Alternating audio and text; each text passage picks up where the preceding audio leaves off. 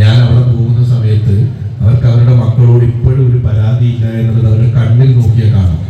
ഞങ്ങളൊക്കെ അവിടെ ചെല്ലുമ്പോൾ അവരെ ആൾക്കൂട്ടത്തിൽ തിരയുന്നത് ആരെയെന്നറിയും. അവരുടെ മകനെയോ മകളെയോ ഇപ്പോഴും തിരഞ്ഞുകൊണ്ടിരിക്കുകയാണ്. അവര് വയനാട്ടിലെ ഒരു അനാഥാലയത്തിലുണ്ട്. അങ്ങനെ ഒരുപാട് അമ്മമാര് ആ അനാഥാലയത്തിലുണ്ട്. അമ്മയെ ഉപേക്ഷിച്ചിട്ട് ജീവിതത്തിൽ സന്തോഷമുണ്ടാക്കാൻ മക്കൾ തീരുമാനിച്ചാൽ അവർ ഈ ലോകത്ത് ചെയ്യുന്ന ഏറ്റവും വലിയ ദ്രോഹം എന്ന് പറയുന്നത് അതാണ്. ഒരമ്മയും വഴിവത്തിൽ ഉപേക്ഷിച്ച് പോകേണ്ടവരല്ല. ഒരമ്മയെയും പാതി വഴിയിൽ അനാഥാലയത്തിലാക്കേണ്ടതല്ല. ഇടയ്ക്ക് അനാഥാലയത്തിലാക്കാൻ തോന്നുന്നുണ്ടെങ്കിൽ, ഇടയ്ക്ക് അമ്മയെ ബാധ്യതയായി തോന്നുന്നുണ്ടെങ്കിൽ സ്വന്തം വയറിന്റെ പൊക്കിൾ കൊടിയിൽ ഒന്ന് തടവി നോക്കിയാൽ മതി. കാരണം ആ പൊക്കിൾ കൊടിയിൽ നിന്നും അമ്മയ്ക്കും നമുക്കും ജനിക്കുന്നതിന് മുമ്പ് ഒരു ട്യൂബ് ഇട്ടിരുന്നു. അന്ന് ആ അമ്മ കഴിച്ച ഭക്ഷണം ആ ട്യൂബിലൂടെ വന്നത് കൊണ്ടാണ് ഞാനും നീയും ജീവിക്കുന്നത് എന്ന് സ്വന്തം മക്കളൊന്ന് ഓർക്കുന്ന ഒരു കാലമാണ് ഇനി വരേണ്ടത്.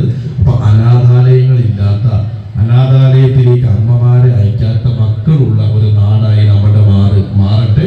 നിങ്ങളുടെ ഒക്കെ വീട്ടിലുള്ള മക്കൾ ഏറ്റവും നല്ല കുട്ടികളായി പോകട്ടെ. അവരെ സ്നേഹിച്ചുകൊണ്ട് അവരോടൊപ്പം ജീവിക്കാനുള്ള വീട്ടുകാരുടെ ചെലവ്, ആശുപത്രിയിലെ ചെലവ്, നൂലുകെട്ട്, പേരിടല് അല്ലേ? ആ മനുഷ്യൻ എല്ലാ ദിവസവും കഷ്ടപ്പെടുകയല്ലേ? എന്നെയും നിങ്ങളെയും വളർത്താൻ. നിങ്ങളിപ്പോൾ നിങ്ങളുടെ മനസ്സിൽ നിങ്ങളുടെ അച്ഛനെയും അമ്മയും ഒന്ന് ആലോചിച്ച് നോക്കി.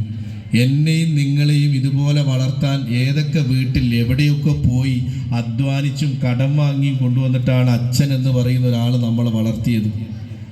ആ മനുഷ്യൻ്റെ എല്ലാ സ്വപ്നങ്ങളും അയാൾ എടുത്തു വെച്ചത് ആർക്ക് വേണ്ടിയാണ്? ഞാനും നിങ്ങൾ ഉണ്ടായ അന്ന് അയാളുടെ എല്ലാ സ്വപ്നവും മാറ്റി വെച്ചില്ലേ? അതുവരെ അയാൾ വളരെ അടിപൊളിയായി നടന്ന ആളാണ്. സിനിമയ്ക്ക് പോവുകയും ടൂറ് പോവുകയും പൈസ ചെലവഴിക്കുകയും ചെയ്ത ഒരാൾ പെട്ടെന്ന് അതൊക്കെ മാറ്റിവെച്ച് കുടുംബം, മകന്, മകൾ എന്ന് പറഞ്ഞ് അതിങ്ങനെ ചെലവാക്കും. എല്ലാ ബാധ്യതയും ഏറ്റെടുക്കുന്ന അയാളല്ലേ? എവിടെ നിന്നൊക്കെ അയാൾ കടം വാങ്ങിയിട്ടുണ്ട് നിങ്ങൾക്കറിയും, മക്കൾക്കറിയും, ആർക്കും അറിയില്ല. നാട് നീളെ കടം വാങ്ങിയിട്ടല്ലേ എന്നെയും നിങ്ങളെയും ഈ കാണുന്ന രൂപത്തിൽ അച്ഛൻ ഉണ്ടാക്കിയത്.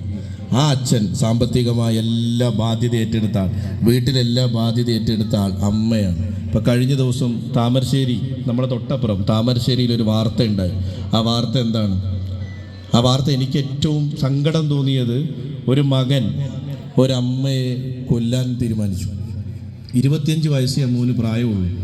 അവൻ്റെ ഉമ്മ ബ്രെയിൻ ട്യൂമർ വന്ന് അതിൽ നിന്ന് രക്ഷപ്പെട്ട്, സാധാരണ ബ്രെയിൻ ട്യൂമറാണ് പ്രശ്നം, അതിൽ നിന്ന് രക്ഷപ്പെട്ട് അപ്പുറത്തെ വീട്ടിൽ താമസിച്ചുകൊണ്ടിരിക്കുമ്പോൾ ഈ 25 വയസ്സുകാരൻ മകൻ വന്ന് തൊട്ടപ്പുറത്തെ വീട്ടിലൊരു കത്തി വാങ്ങി അമ്മയുടെ മുഖം മുതൽ കഴുത്ത് വരെ 17 വെട്ട് വെട്ടി അവൻ കൊല്ലുകയാണ്.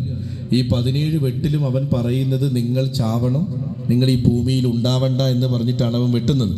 വെട്ടി ആ പാവ സ്ത്രീ മരിച്ചു കഴിഞ്ഞ് ഇവനെ പോലീസ് കൊണ്ടുപോയി ചോദിക്കുന്നുണ്ട്, നീ എന്തിനാണ് അമ്മയെ കൊന്നത് എന്ന് ചോദിക്കും. അവൻ പറഞ്ഞ മറുപടി, എന്നെ ജനിപ്പിച്ചത് കൊണ്ട് ഞാൻ കൊന്നതാണെന്നുള്ളതാണ്. ആ സ്ത്രീ ലോകത്ത് ചെയ്ത ഏറ്റവും വലിയ തെറ്റെന്താണ്? ഇവനെപ്പോലെ ഒരു മനുഷ്യന് ജന്മം നൽകി എന്നുള്ളതല്ലേ? അതിനാണ് ആ പാവ സ്ത്രീ മരണപ്പെടുന്നത്. എങ്ങനെയാണ് മരിച്ചത് നിങ്ങൾ ആലോചിച്ച് നോക്കി. 17 വെട്ട് മുഖത്ത് കിട്ടിയ ഒരു അച്ഛൻ, ഒരു മകൻ അമ്മയെ കൊല്ലുന്ന കാലം. അതിനൊറ്റ കാരണം ഉണ്ടായിരുന്നുള്ളൂ, ആ മകൻ നല്ല ഗംഭീരമായി ലഹരി ഉപയോഗിക്കുമെന്നുള്ളതാണ്. 25 വയസ്സേ അവന് പ്രായവും. അപ്പം അമ്മയും അച്ഛനും എന്ന് പറയുന്നത് ഉപേക്ഷിക്കപ്പെടേണ്ട ആളുകളല്ല. മക്കൾക്ക് അല്ലെങ്കിൽ ഒരു കുടുംബത്തിന് താങ്ങായും തണലായും ഇവരൊക്കെ ഉള്ളപ്പോഴാണ് അതിൻ്റെ ഒരു സൗന്ദര്യം എന്ന് പറയുന്നത്. ആ സൗന്ദര്യം ഉണ്ടാവുന്നതാണ് ആ വീടിൻ്റെ ഏറ്റവും വലിയ ഐശ്വര്യമെന്ന്. ഇപ്പോൾ ഈ ഇരിക്കുന്ന ആളുകൾക്കൊക്കെ ഒരച്ഛനും അമ്മയും ഉണ്ടായിരുന്നില്ലേ? നിങ്ങളുടെയൊക്കെ പഴയ അച്ഛനും അമ്മയും ആലോചിച്ച് നോക്കി. വഴക്ക് പറയും, ചീത്ത പറയും, എന്നാലും കഷ്ടപ്പെട്ട് വളർത്തിയിട്ടല്ലേ നമ്മളിവിടെ എത്തിച്ചത്. ഒരച്ഛൻ ജീവിതത്തിൽ ഏറ്റവും കൂടുതൽ സങ്കടപ്പെടുന്നത് എവിടെയാണ്? മകളെ കല്യാണം കഴിച്ചു കൊടുക്കുമ്പോഴാണ്. മകളെ കല്യാണം കഴിച്ചു കൊടുക്കുമ്പോൾ എന്താണ് അച്ഛൻ്റെ സങ്കടം എന്നറിയും? ഞാൻ നോക്കിയതുപോലെ ഇവൻ നോക്കുമോ എന്നുള്ളതാണ് സങ്കടം. ഇപ്പം എൻ്റെ ഭാര്യയെ കല്യാണം കഴിക്കുമ്പോൾ എൻ്റെ ഭാര്യയുടെ അച്ഛന് തോന്നുന്ന സംശയം എന്താണ്?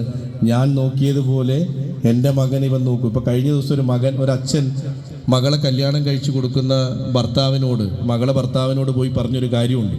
മകളെ കൈയൊക്കെ കൊടുത്ത് കല്യാണം കഴിച്ച് പോകാൻ നേരത്തെ അച്ഛൻ പോയി പറയുകയാണ്, ഞാൻ പൊന്നുപോലെ നോക്കിയതാണ്, എന്തെങ്കിലും തെറ്റുണ്ടെങ്കിൽ എൻ്റെ അടുത്തൊന്ന് പറയണേ. കാരണം എന്താ? എന്തെങ്കിലും തെറ്റോ കുറ്റോ ഉണ്ടെങ്കിൽ ഇപ്പോൾ ഉടനെ ഭാര്യയെ ഡിവോഴ്സ് ചെയ്യും, അല്ലെങ്കിൽ ഭാര്യയെ അടിക്കും. അപ്പോൾ അച്ഛൻ പറഞ്ഞു കൊടുക്കുകയാണ്, ഞാൻ പൊന്നുപോലെ നോക്കിയതാണ്, എന്തെങ്കിലും ഉണ്ടെങ്കിൽ എന്നോട് പറയണം. അത്രയും സ്നേഹിച്ചിട്ടാണ് എന്നെയും നിങ്ങളെയൊക്കെ വളർത്തിയത്. നമുക്ക് ജീവിതത്തിൽ തിരിച്ചു കൊടുക്കാൻ പറ്റുന്ന അവരോടുള്ള സ്നേഹം മാത്രമാണ്. അപ്പം അച്ഛനും അമ്മയുമാണ് എൻ്റെ വീടിൻ്റെ ഐശ്വര്യം എന്നുള്ളതാണ് ഞാൻ പറയുന്നത്. ഓരോ വീടിൻ്റെ ഐശ്വര്യവും അച്ഛനും അമ്മയും തന്നെയാണ്. അവരുള്ളിടത്തോളം കാലം അവരേറ്റവും സന്തോഷത്തോടു കൂടി നോക്കുക എന്നുള്ളത്. ഒരമ്മ ജീവിതത്തിൽ കാണാൻ ആഗ്രഹിക്കാത്ത കാര്യം എന്താ?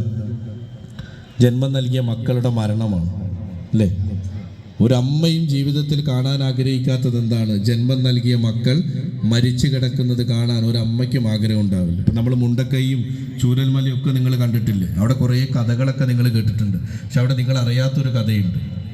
അവിടെ ഒരു ചെറുപ്പക്കാരനും അവൻ്റെ ഉമ്മയും ഉപ്പയും കൂടി ഒരു വീട്ടിൽ താമസിക്കുന്നു. രാത്രി പെട്ടെന്ന് വെള്ളം വന്നു, ചളി പൊന്തി. അപ്പോൾ ഈ ചെറുപ്പക്കാരന് ബൈക്കിൽ നിന്ന് വീണ്